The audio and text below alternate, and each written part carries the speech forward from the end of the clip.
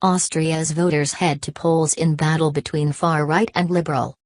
The Freedom Party's Norbert Hofer has capitalized on Eurosceptic and anti-immigration feeling in his country. Millions of Austrians will head to the polls today in a presidential race that is still too close to call. The race pits Norbert Hofer of the far-right Freedom Party against former Green Party leader Alexander Van der Bellen. The two have vastly different views. Mr. Hofer is an engineer from a party that has capitalized on Eurosceptic and anti-immigration feeling in the country. John Sparks, Austrian presidential hopeful Norbert Hofer rides Trump's wave. He has campaigned on promises to close Austria's borders to migrants and to put Austria first. Austria accepted 90,000 asylum seekers last year as the migration crisis unfolded and, while many people initially welcomed the newcomers, there has been hardening of attitude since. Norbert Hofer may become the first far-right leader in EU history. It would be better, he has said, if immigrants and asylum seekers stayed at home.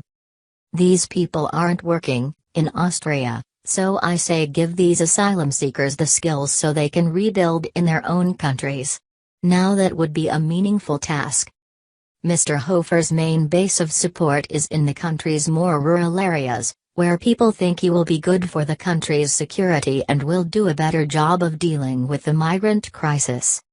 If he were to win the election, he would be the first far-right leader in the European Union's history, a prospect that makes many of the bloc's leaders nervous. Mr. Van der Bellen, 72, is a retired economics professor who supports the EU, free trade and liberal policies towards migrants. His support is mainly expected to come from Austria's urban areas, but he is also seen as the political establishment, which may do him more harm than good in these new, Trumpian times.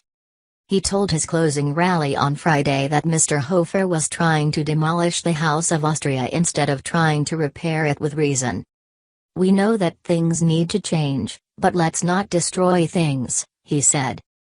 Mr. Van der Bellen narrowly beat his 45-year-old opponent in May, but an investigation revealed that there had been counting irregularities in several constituencies.